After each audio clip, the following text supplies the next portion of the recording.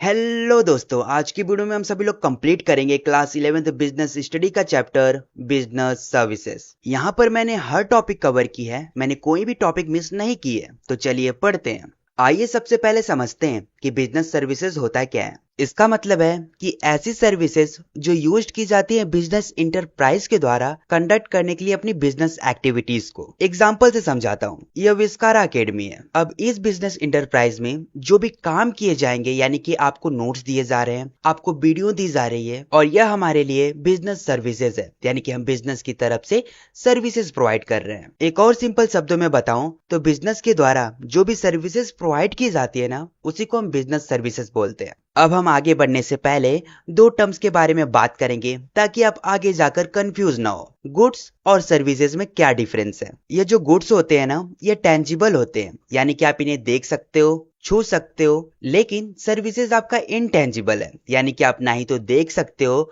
ना ही तो छू सकते हो, सिर्फ आप फील यानी कि एक्सपीरियंस कर सकते हो। आइए अब इनके हम कैरेक्टरिस्टिक यानी कि फीचर्स की बात करें। यह सर्विसेज इनटेंजिबिलिटी को शो करती है, यानी कि आप इसे ना ही तो देख सकते हो, ना ही तो छू सकते हो, और ना ही तो स्मेल्ड ही कर सकते हो। इसमें सिर्फ हम क्वालिटी को फाइंड कर सकते हैं, एक्सपीरियंस कर सकते हैं। एग्जाम्पल से समझाते हैं। ट्रीटमेंट बाय डॉक्टर, यानी कि जब डॉक्टर ने आपका ट्रीटमेंट किया और जिस चीज की प्रॉब्लम थी वह ठीक हुई कि नहीं, अगर ठीक हो जाती है तो बोल सकते हो कि यह डॉक्टर बहुत अच्छा था, यानी कि इसकी एक्सपीरियंस आपने इसको फील किया कि ये डॉक्टर बहुत अच्छा था, यानी कि डॉक्टर के द्वारा जो सर्विसेज प्रोवाइड की गई हैं ये बहुत अच्छी हैं। अगला फीचर है इनकंसिस्टेंसी, यानी कि हर एक कस्टमर्स की अलग अलग डिमांड होती है और अलग अलग एक्सपेक्टेशंस होती है। Example mobile services. मान लो मैंने मोबाइल शॉप ओपन किया, यहाँ एक ग्राहक आता है अपना एंड्रॉइड का मोबाइल लेकर और बोलता है इसे रिपेयर कर दो। तो मैंने बोला तू फोन रख कर घर जा,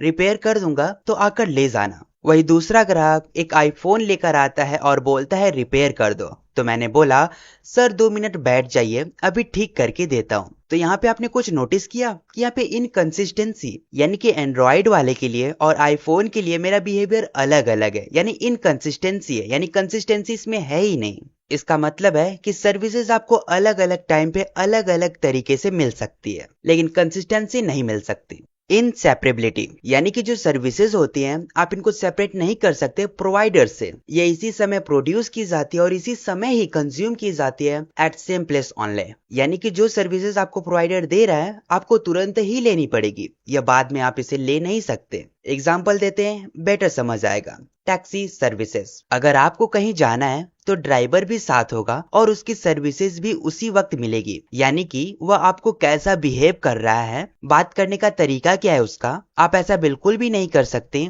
कि आप टैक्सी राइड्स को स्टोर करके बाद में यूज कर सकते हैं, ऐसा बिल्कुल भी नहीं पॉसिबल है। इन्वेंट्री लॉस, यह सर्विसेज आपको इसी समय ही कंज्यूम करना पड़ेगा जब सर्विसेज प्रोड्यूस होती हैं, यानी कि आपको जरूरत नहीं है मेंटेन करने की इन्वेंट्री और स्टॉक ऑफ सर्विसेज, यानी कि आप सर्विसेज का इन्वेंट्री यानी कि आप इसे बचा कर नहीं रख सकते और ना ही तो आप इसे स्टोर ही कर सकते हैं। एग्जाम्पल एयरलाइन सीट, जैसे कि एक एयरप्लेन में 200 सीट्स हैं पर सिर्फ 150 पैसेंजर आए तो बाकी 50 सीट्स की अर्निंग का चांस चला गया। यह एक तरीके का नुकसान यानी कि लॉस है जो कि वापस नहीं आता है। सिंपल सा मतलब है कि अगर आपने सर्विसेज छोड़ दी तो ये आपका नुकसान है और आपको ये दोबारा सर्विसेज नहीं मिल सकती। लास्ट कैरेक्टरिस्टिक की बात करें यानी कि फीचर्स, इन्वॉल्वमेंट। इन्वॉल्वमेंट का मतलब होता है कि दोनों ही यानी कि सर्विस प्रोवाइडर और कस्टमर दोनों ही एक्टिवली पार्टिसिपेट करें इस सर्विस प्रोसेस में। एग्जाम्पल जिम ट्रेनिंग, जैसे अगर आप जिम करते हैं तो सिर्फ ट्रेनर आपको एक्सरसाइज बता देगा, पर अगर आप एक्सरसाइज नहीं करेंगे तो सर्विस का फायदा नहीं मिलेगा। इसका मतलब है कि सर्विस तभी सक्सेसफुल होती है जब दोनों सर्विस प्रोवाइडर और कस्टमर मिलकर काम करें। सिंपल शब्दों में बोलूं तो जो सर्विस दे रहा है और जो सर्विस ले रहा है दोनों ही एक्टिवली पार्टिसिपेट होने चाहिए।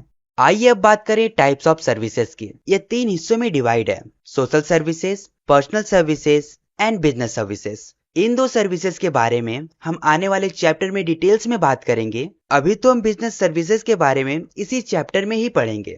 यहाँ पर banking services, insurance, warehousing, transportation and postal services. आइए बैंकिंग सर्विसेज से स्टार्ट करते हैं। ये एक तरीके की बैंक है जो कि स्थित होती है लोगों के लिए ताकि ये लोग अपने पैसे सुरक्षित रख पाएं और फाइनेंशियल सर्विसेज का फायदा उठा पाएं, जैसे कि पैसा डालना, पैसा निकालना, पैसा भेजना या फिर लोन्स लेना। इतना ही नहीं बल्कि बैंक्स में अलग अलग तरीके के अकाउंट्स भी होते हैं। तो आइए बात करते हैं टाइप्स ऑफ अकाउंट्स के बारे में। सेविंग डिपॉजिट अकाउंट, जिसको ओपन किया जाता है डिपॉजिटिंग के द्वारा, इसलिए ताकि ये छोटे छोटे पैसे डालकर ये पैसे को इकट्ठा कर पाए और जब भी उसे जरूरत हो ये निकाल सकता है पैसे, और जब भी उसके पास सरप्लस अमाउंट अवेलेबल हो यानी कि ज्यादा पैसा अवेलेबल हो तो ये बैंक में डिपॉजिट कर देगा। तो वही होता है आपका saving deposit account. Current deposit account, जिसे हम कभी कभार करंट अकाउंट भी बोलते हैं, यह ओपन किया जाता है बिजनेसमैन के द्वारा, जहां पर आपको ओवरड्राफ्ट और क्रेडिट लिमिट की फैसिलिटी मिल जाती है। यानी कि करंट डिपॉजिट अकाउंट में क्या होता है कि अगर आपके बैंक में 10,000 रुपए हैं, अगर आप 15,000 रुपए भी टाइप करके निकालना चाहते हैं ना तो आप निकाल सकते हैं। लेकिन हाँ, बैंक के द्वारा जो टर्म्स एंड कंडीशंस प्रोवाइड किए जाते हैं वह आपको एक्सेप्ट करना पड़ेगा, तभी आप ओवरड्राफ्ट और क्रेडिट लिमिट फैसिलिटी ले पाएंगे। रिकरिंग डिपॉजिट अकाउंट, जिसे हम कभी कभार आरडी अकाउंट भी बोलते हैं। आरडी अकाउंट एक तरीके की बैंक अकाउंट है जहां पर आप पैसे को डिपॉजिट करते हो fix amount of money every month, fix period के लिए, जैसे कि 6 महीने के लिए कर सकते हो, 1 साल के लिए कर सकते हो या फिर 5 साल के लिए कर सकते हो। और जब पीरियड्स एंड होता है तो बैंक्स आपको total saving plus interest rate आपको प्रोवाइड करती है। अगर शरद हर महीने 1,000 रुपए आरडी में डालता है 1 साल के लिए और ये टोटल अमाउंट आपके 12,000 रुपए हो जाते हैं, यानी कि जब आप बैंक में से पैसे वापस लोगे ना तो आपको 12,000 रुपए प्लस उसके साथ इंटरेस्ट रेट भी मिलेगा। फिक्स डिपॉजिट अकाउंट, जिसे हम कभी कभार एफडी अकाउंट भी बोलते हैं, यह कुछ आरडी की तरह मिलता जुलता है लेकिन इसमें थोड़ा सा डिफरेंस है। यह एक तरीके की बैंक अकाउंट है जिसमें आप पैसे को डिपॉजिट कर सकते हो लमसम अमाउंट, यानी कि वन टाइम मनी। यह 6 महीने के लिए हो सकता है, 1 साल के लिए हो सकता है या फिर 5 साल के लिए हो सकता है। और जो बैंक है ये आपको इंटरेस्ट रेट पे करेगी आपके पैसे पर, और जब भी पीरियड्स एंड होता है आपको total money plus interest rate मिल जाएगा। एग्जाम्पल से समझते हैं, अगर शिवम 50,000 रुपए को 2 साल के लिए एफडी में डालता है और बैंक 5% इंटरेस्ट रेट देता है तो 2 साल बाद शिवम को 50,000 रुपए प्लस इंटरेस्ट रेट के साथ मिलेगा। और हाँ, आपको इंटरेस्ट रेट कैलकुलेट करने आता है ना, तो बताओ शिवम को कितना पैसा दिया जाएगा बैंक के द्वारा। एक बात नोट करिएगा, आरडी और एफडी में बस छोटा सा डिफरेंस है। एफडी में आप वन टाइम पेमेंट करते हो और आरडी में आप एवरी मंथ पेमेंट करते हो। अपना लास्ट अकाउंट है मल्टीपल ऑप्शन डिपॉजिट अकाउंट, यानी कि जब आपका अमाउंट ऑफ डिपॉजिट्स एक्सीड्स यानी कि ज्यादा होता है एक पर्टिकुलर लिमिट्स पे, तो ये ऑटोमेटिकली आपका जो अमाउंट है ये ट्रांसफर हो जाता है एफडी अकाउंट्स में। सिंपल शब्दों में समझो, आपके बैंक में अगर 1 लाख रुपए होते हैं और वही आपका लिमिट है तो आपका ये अमाउंट तुरंत ही एफडी में बदल जाएगा अगर 1 लाख से 1 रुपए भी ऊपर गया। अब बात करेंगे benefits of E banking for customer, यानी कि अब यहाँ पर बात करेंगे ई बैंकिंग की क्या बेनिफिट्स हैं कस्टमर्स के लिए। ई बैंकिंग हमें बेनिफिट्स देता है 24/7 बैंकिंग, यानी कि 24 घंटों 7 दिन हमें बैंकिंग की सुविधा मिलती रहती है। इसका मतलब है कि कस्टमर अपने बैंक अकाउंट को एक्सेस कर सकता है कभी भी कहीं भी। इसको जरूरत भी नहीं पड़ेगी कि अब विजिट करे बैंक को, यह सब काम घर पे बैठे ही कर सकता है। अगला बेनिफिट है fast and easy transaction. E banking की आने की वजह से ट्रांजेक्शन बहुत फास्ट और इजी हो चुकी है। अगर आपको मनी ट्रांसफर करना है या बिल पेमेंट्स करना है या फिर रिचार्ज करना है, आप तुरंत ही कर सकते हो, यानी इंस्टेंटली पेमेंट कर सकते हो। आपको पैसे भेजने के लिए लंबी लाइनों में नहीं लगना पड़ेगा बैंक के सामने। यह सबसे ज्यादा सेफ एंड सिक्योर माना जाता है, इसलिए क्योंकि जो ऑनलाइन बैंकिंग होती है यह प्रोटेक्टेड होती है पासवर्ड, ओटीपीज एंड इनक्रिप्टेड होती है। अगर आपका बैंक अकाउंट कोई हैक करना चाहता है तो इसको बहुत मशक्कत करनी पड़ेगी। और जो अपने कस्टमर्स होते हैं ये अपने ट्रांजैक्शन को कभी भी ट्रैक कर सकते हैं, यानी कि देख सकते हैं कि मैंने कितना पैसा किसको भेजा है, किस समय पर भेजा है और कौन से दिन पर भेजा है। सेव टाइम्स एंड एफर्ट्स, यह जो ई बैंकिंग है ना, हमारी बहुत समय और एफर्ट्स को बचाती है। ऐसा इसलिए क्योंकि कस्टमर्स जो है ये बैंकिंग कर सकते हैं अपने घर से, अपने ऑफिस से, और साथ में ही ट्रेवल टाइम को भी बचा सकते हैं। इतना ही नहीं बल्कि घर पर बैठे आप अपना खुद का अकाउंट भी खुलवा सकते हो और लोन्स के लिए अप्लाई भी कर सकते हो ऑनलाइन की मदद से। ई बैंकिंग में आपको बहुत वैरायटी ऑफ सर्विसेज मिल जाती हैं। आज ई बैंकिंग की मदद से कस्टमर अपना अकाउंट बैलेंस चेक कर सकता है, ट्रांसफर मनी कर सकता है, बिल्स को पे कर सकता है, टिकट्स का बुकिंग कर सकता है और इन्वेस्ट कर सकता है एफडी में, ऑल थ्रू ई बैंकिंग। यानी कि अब यह सब चीज आप ई बैंकिंग की मदद से भी कर पाएंगे। यह तो कस्टमर्स की बेनिफिट्स की बात हुई। अगर हम देखें ई बैंकिंग ने बैंक्स को कैसे बेनिफिट दिया है, आइए जानते हैं। ई बैंकिंग की मदद से जो ट्रांजैक्शन कॉस्ट है यह बहुत कम हो चुकी है। बैंक्स को यह भी फायदा मिला है ई बैंकिंग आने की वजह से, जो ब्रांचेस पे लोड्स है ना यह कम हो चुके हैं। यानी कि लोगों की जो लंबी लंबी लाइंस होती थी, अकाउंट बैलेंस चेक कर दो,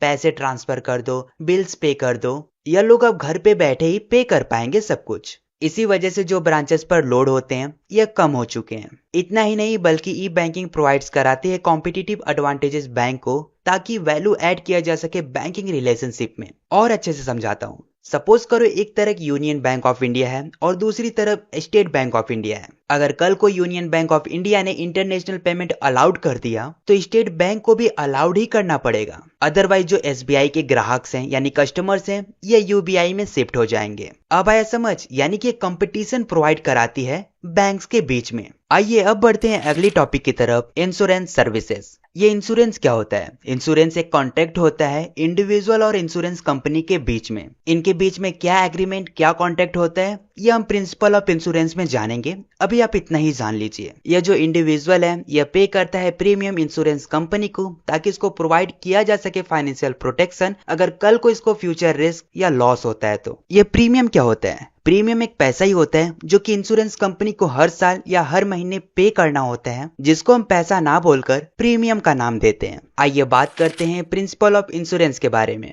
number 1, principle of utmost good faith. इस प्रिंसिपल में क्या होता है कि जो कस्टमर्स होता है और जो इंश्योरेंस कंपनी होती है उनको प्रोवाइड करना पड़ता है कंप्लीट एंड करेक्ट इन्फॉर्मेशन। यानी कि जो इंश्योरेंस दे रहा है और जो इंश्योरेंस ले रहा है ये अपना करेक्ट इन्फॉर्मेशन आपस में प्रोवाइड करें। एग्जाम्पल देता हूँ, बेटर समझ आएगा। यह रोहन है जो कि एक इंश्योरेंस कंपनी से अपना हेल्थ इंश्योरेंस करा रखा है। इसको कल को बहुत गंभीर बीमारी होती है और ये इंश्योरेंस लेते वक्त इंश्योरेंस कंपनी को नहीं बताया और ये कंपनी के पास जाएगा और इंश्योरेंस क्लेम करेगा तो यह रिजेक्ट कर दिया जाएगा कंपनी की तरफ से। ऐसा इसलिए क्योंकि जो रोहन है ये अपनी गंभीर बीमारी को हेल्थ इंश्योरेंस कंपनी से छुपाया हुआ था।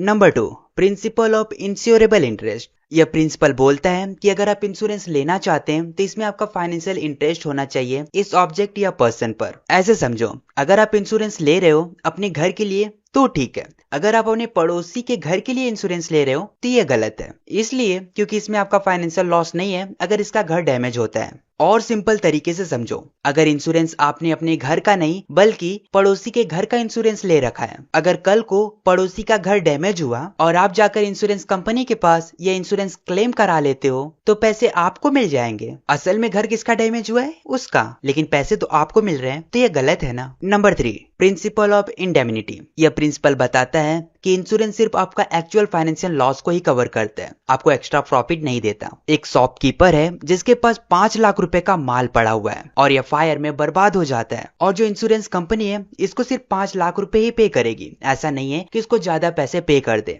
ऐसा इसलिए क्योंकि यह आपको एक्स्ट्रा प्रॉफिट नहीं देगा, सिर्फ आपको इतना ही देगा जितना आपका लॉस हुआ है। इसका सिद्धांत यह है कि आग लगने से पहले आप जैसे थे आपको ऐसे ला देना। यह प्रिंसिपल ऑफ इंडेमनिटी बताता है। Number 4, principle of contribution. यह प्रिंसिपल बताता है कि अगर आपने इंश्योरेंस मल्टीपल कंपनी से ले रखा है तो जितना भी लॉस है ना ये सभी कंपनीज में शेयर हो जाता है। ऐसे समझो, ये एक फैक्ट्री है जिसने 10 लाख रुपए का इंश्योरेंस करा रखा है 5-5 लाख रुपए का दोनों कंपनी से, और इस फैक्ट्री में सिर्फ 6 लाख का माल ही डैमेज होता है। अगर एक नजरिए से देखें तो दोनों कंपनी 6-6 लाख रुपए पे करेंगी तो इसको 12 लाख रुपए मिल जाएंगे फैक्ट्री को। देखा जाए तो बहुत फायदा है इसका। इसीलिए यहाँ पर प्रिंसिपल ऑफ कंट्रीब्यूशन को अप्लाई किया जाता है ताकि जो दोनों कंपनीज के लॉस हैं या आपस में डिवाइड हो जाए। यानी कि दोनों इंश्योरेंस कंपनियां आप 6 लाख रुपए नहीं बल्कि 3-3 लाख रुपए पे करेंगी इस कंपनी को इसकी भरपाई करने के लिए। और हाँ, एक बात ध्यान देना कि यहाँ पर लॉस शेयरिंग अलग अलग हो सकता है। Number 5, principle of subrogation. यह प्रिंसिपल बोलता है कि अगर आपने इंश्योरेंस अपना क्लेम करा लिया है तो जो इंश्योरेंस कंपनी है यह पूरा हक जता सकती है आपके इस चीज पर।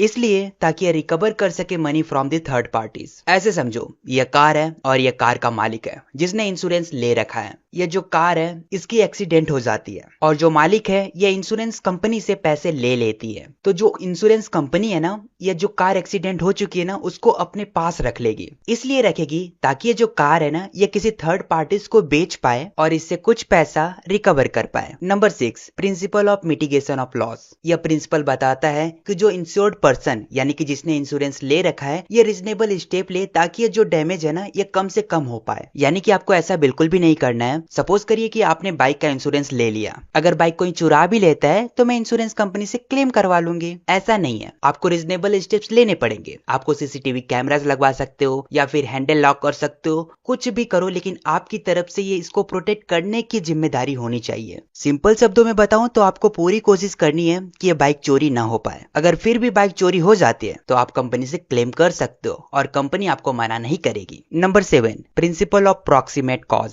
यह प्रिंसिपल बोलता है कि जो इंश्योरेंस कंपनी है यह सिर्फ आपके इसी लॉसेस को कवर करेगी जिस चीज का आपने इंश्योरेंस ले रखा है, यानी कि उनकी पॉलिसी में कवर्ड है। ऐसे समझो अगर फ्लड आने की वजह से उनकी शॉप्स डैमेज हुई है लेकिन जो शॉप ऑनर है यह फायर इंश्योरेंस ले रखा था, तो जो कंपनी है यह पे नहीं करेगी इसको कंपनसेशन। इसलिए पे नहीं करेगी क्योंकि इसने फ्लड डैमेज नहीं कवर करवाया था। आइए अब बात करते हैं टाइप्स ऑफ लाइफ इंश्योरेंस के बारे में। यह लाइफ इंश्योरेंस जिसे हम जीवन बीमा भी बोलते हैं, यह लाइफ इंश्योरेंस प्रोवाइड कराता है फाइनेंशियल सपोर्ट इन परिवारों को अगर किसी पर्सन की डेथ हो जाती है तो। ऐसे समझो राहुल ने बाय किया लाइफ इंश्योरेंस पॉलिसी 10 लाख रुपए के और इसकी डेथ हो जाती है तो इंश्योरेंस कंपनी उनके परिवार को 10 लाख रुपए पे करेगी। Number 1, term life insurance. यहाँ पर ये इंश्योरेंस आपको फिक्स पीरियड ऑफ टाइम के लिए कवर करता है। यह 10 साल, 20 साल, 30 साल के लिए हो सकता है। अगर पर्सन इस दौरान सरवाइव कर गया तो इसको कोई भी पैसा नहीं मिलेगा कंपनी की तरफ से। एग्जाम्पल से समझो, अमित ने बाय किया 20 साल का टर्म लाइफ इंश्योरेंस 50 लाख रुपए का। अगर अमित की डेथ हो जाती है 20 साल के अंदर ही तो इसके परिवार को 50 लाख रुपए इंश्योरेंस कंपनी दे देगी। वही अगर अमित सरवाइव कर गया 20 साल से ज्यादा तो इसको कुछ भी नहीं मिलेगा इंश्योरेंस कंपनी की तरफ से। Number 2, whole life insurance. यहाँ पर कवर किया जाता है आपके इंटायर लाइफ को। अगर आपकी डेथ हो जाती है तो आपको पैसे मिल जाते हैं। यानी कि अगर आपने होल लाइफ इंश्योरेंस ले लिया और आप जब तक जीवित हैं आपको पैसे नहीं मिलेगा, जैसे ही आपकी डेथ होती है आपके परिवार को मिल जाएगा। Number 3, endowment plan. स्पेशली ये प्लान मेरे को भी बहुत पसंद है। ये इंडोमेंट प्लान प्रोवाइड कराता है लाइफ इंश्योरेंस प्लस आपको सेविंग भी प्रोवाइड कराता है। अगर इंश्योर्ड की मृत्यु यानी कि जिसने भी इंश्योरेंस ले रखा है उसकी मृत्यु हो जाती है तो यहाँ पर पैसे फैमिली को मिल जाते हैं। अगर ये सर्वाइव यानी कि जीवित रह गया तो इसको भी पैसे लमसम अमाउंट में मिल जाते हैं। एक एग्जांपल से समझो, अमित ने बाय किया 10 लाख का एंडोमेंट प्लान 20 साल के लिए। अगर अमित की मृत्यु 20 साल के अंदर हो जाती है तो यह पैसा उसके फैमिली को मिल जाएगा। वही अगर अमित जीवित है यानी कि सरवाइव कर रहा है तो 10 लाख रुपए यह खुद ले सकता है। अच्छा, तो आप भी बताओ इन तीनों में से आपको सबसे अच्छा प्लान कौन सा लगा? कमेंट बॉक्स में कमेंट कर देना। यह तो हमने बात कर लिया लाइफ इंश्योरेंस के टाइप्स के बारे में। अब हम बात करेंगे टाइप्स ऑफ इंश्योरेंस के बारे में। यह भी 3 प्रकार के होते हैं, fire insurance, marine insurance, health insurance. आइए तीनों को डिटेल में पढ़ते हैं। फायर इंश्योरेंस, इसके नाम से ही पता चल रहा है फायर का इंश्योरेंस। यह इंश्योरेंस आपको प्रोवाइड्स कराता है फाइनेंशियल प्रोटेक्शंस अगर आपका लॉस आग की वजह से हुआ है आपके होम, ऑफिस, शॉप या फिर फैक्ट्रीज में। यानी कि अगर आपकी प्रॉपर्टी का नुकसान आग की वजह से हुआ है तो जो इंश्योरेंस कंपनी है आपको कंपनसेट करेगी इस लॉस की भरपाई करने के लिए। आइए बात करते हैं features of fire insurance. Cover fire related goods, यानी कि आपके पास कोई ऐसा प्रोडक्ट है जैसा कि आपको लगता है कि यह आग से बर्बाद हो सकता है तो आप इसका इंश्योरेंस करवा सकते हैं। आप ऐसा करते हैं तो आपको कंपनसेशन एज पर लॉस मिलेगा, यानी कि आपको अमाउंट पे किया जाएगा आपके एक्चुअल डैमेज पर। और हाँ, यह सिर्फ कवर करेगा आपके एक्सीडेंटल फायर्स को ही, यानी कि अगर कोई अचानक से आग लगी है तभी आपको कंपनी कंपनसेट करेगी। आप ऐसा बिल्कुल भी नहीं कर सकते कि आप खुद से इंटेंशनली आग लगा दो और फिर कंपनी से क्लेम मांगो, तो कंपनी यह रिजेक्ट कर देगी। शॉर्ट टर्म कॉन्ट्रैक्ट, ये जो कंपनियां होती है ना, फायर इंश्योरेंस यूजुअली प्रोवाइड कराती हैं 1 साल के लिए। आपको हर साल रिन्यूएबल करना पड़ता है। आइए अब बात करते हैं मैरीन इंश्योरेंस। मैरीन का मतलब होता है पानी, यानी कि इसके नाम से ही पता चल रहा है पानी का इंश्योरेंस। ऐसा नहीं है, लेकिन याद करने का तरीका है। यह जो मैरीन इंश्योरेंस होता है ना,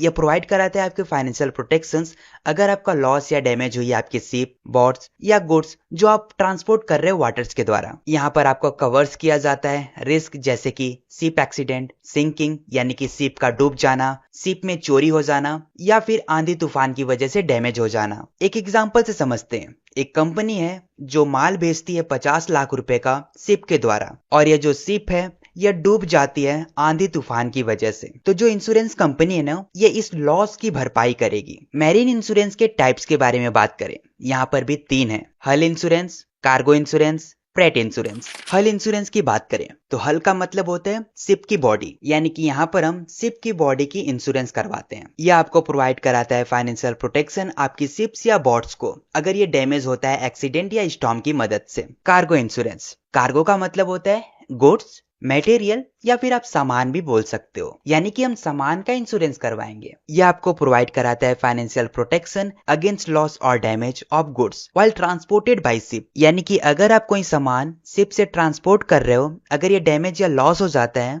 तो इसकी भरपाई इंश्योरेंस कंपनी करेगी। अगला है अपना फ्रेट इंश्योरेंस। फ्रेट का मतलब होता है ट्रांसपोर्ट चार्ज, जिसे हम सिंपल भाषा में भाड़ा भी बोलते हैं, यानी कि जो माल आप यहाँ से यहाँ तक लेकर आते हो और इसका जो आप किराया देते हो यानी कि चार्ज देते हो, इसी को हम फ्रेट चार्जेस यानी कि ट्रांसपोर्ट चार्जेस बोलते हैं। इसका मतलब है कि हम फ्रेट इंश्योरेंस भी करवा सकते हैं। यह प्रोवाइड कराता है फाइनेंशियल प्रोटेक्शन टू ट्रांसपोर्टर और शिपिंग कंपनीज अगर यह फ्रेट कहीं लॉस्ट हो गया due to an accident, theft और डैमेज ड्यूरिंग ट्रांसपोर्ट, तो जो कंपनी है ये आपको पैसा देगी। इनके भी फीचर्स के बारे में बात करें तो यह प्रोटेक्ट करती हैं शिप्स और ट्रांसपोर्टेड गुड्स को रिस्क से। यह इंश्योरेंस कवर करती हैं इन लॉसेस को अगर कोई नेचुरल डिजास्टर यानी कि प्राकृतिक आपदाएं, चोरी या फिर एक्सीडेंट से। इतना ही नहीं बल्कि हमें प्रोवाइड कराती है financial security to traders and shipping companies को। अब बढ़ते हैं हेल्थ इंश्योरेंस की तरफ। हेल्थ इंश्योरेंस एक तरीके का इंश्योरेंस ही है जो हमारे मेडिकल एक्सपेंसेस को पे करता है, जैसे कि hospital bills, doctor fees, medicine charges. इनके भी टाइप्स के बारे में बात करें,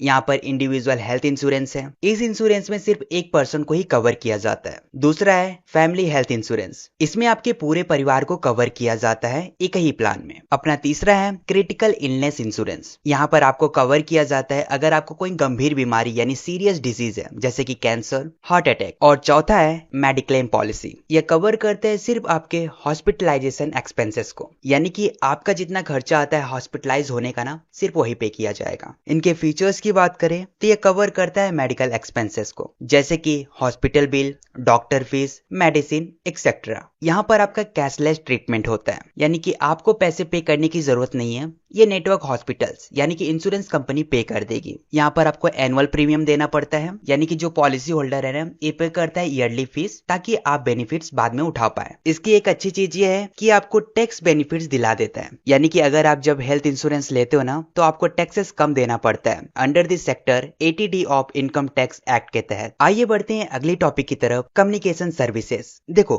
कम्युनिकेशन का मतलब होता है ना बातचीत करना, यानी कि आप किस प्रकार से इंफॉर्मेशन इधर से उधर कर रहे हो। ये जो कम्युनिकेशन सर्विसेज होता है ये हमारे जैसे लोगों की सहायता करते हैं शेयर करने में इंफॉर्मेशन बहुत लंबे लंबे डिस्टेंस पर यूजिंग टेक्नोलॉजी, जैसे कि phones, internet, postal services etcetera. इनके भी टाइप्स के बारे में बात करें, टेलीकॉम सर्विसेज ये ऐसी सर्विसेज को प्रोवाइड कराती हैं जैसे कि voice calls, mobile networks and messaging करने के लिए ताकि आप कम्युनिकेट कर पाओ लोगों से। इंटरनेट सर्विसेज ये ऐसी सर्विसेज प्रोवाइड कराती हैं ताकि आप इनेबल हो जाओ ऑनलाइन कम्युनिकेट करने के लिए, जैसे ईमेल्स की मदद से, वीडियो कॉल्स की मदद से लोगों से बातचीत कर पाओ। ब्रॉडकास्टिंग सर्विसेज ये ऐसे सर्विसेज को ट्रांसमिट करती हैं जैसे कि टीवी, रेडियो, न्यूज प्रोग्राम लोगों के बीच में। पोस्टल एंड कुरियर सर्विसेज ये ऐसी सर्विसेज प्रोवाइड करती हैं ताकि आपको मदद मिले सेंडिंग करने में लेटर्स को, पार्सल्स को या फिर मनी ऑर्डर करने में। और हाँ, टेलीकॉम सर्विसेज और पोस्टल सर्विसेज को हम डिटेल्स में पढ़ेंगे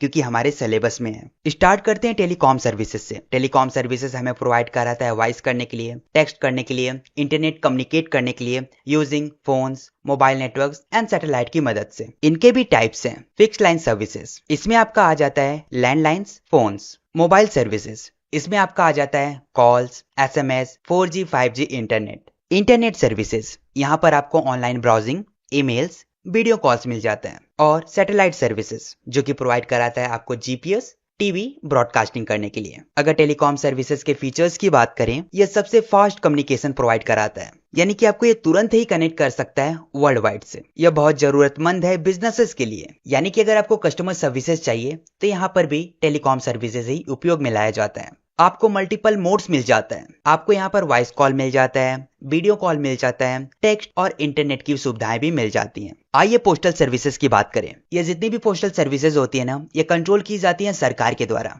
ये जो पोस्टल डिपार्टमेंटल होते हैं ना, ये प्रोवाइड कराते हैं services at a national as well as international level पर। लेकिन पोस्टल सर्विसेज के कुछ ड्रॉबैक्स हैं, यानी कि इसका डाउनफॉल, मेरा मतलब कि दिक्कतें। यहाँ पर दिक्कत यह है कि ये स्लो डिलीवरी प्रोवाइड कराता है, लिमिटेड ट्रैकिंग हमें प्रोवाइड कराता है और लिमिटेड अवेलेबिलिटी, यानी कि हर जगह यह अवेलेबल नहीं हो पाता है और यहाँ पर रिस्क ऑफ लॉस या डैमेज बना हुआ होता है। और कुछ मेल सर्विसेज हैं जो कि पोस्ट ऑफिस के द्वारा ऑफर्ड की जाती है। ये क्या है? यूपीसी है, यानी कि अंडर पोस्टल सर्टिफिकेट है। आपको रजिस्टर्ड पोस्ट मिल जाता है, पार्सल पोस्ट मिल जाता है, स्पीड पोस्ट मिल जाता है, साथ में ही कुरियर सर्विसेज की ऑप्शन भी मिल जाते हैं। ओके, तो आपका चैप्टर यहीं पे एंड होता है। बस मेरी मेहनत के लिए आपसे एक छोटी सी विनती है कि मेरे चैनल को सब्सक्राइब कर लो। और बाकी मैं मिलता हूँ अगली वीडियोस में, तब तक के लिए टाटा बाय बाय, जय हिंद, वंदे मातरम and take care, bye bye.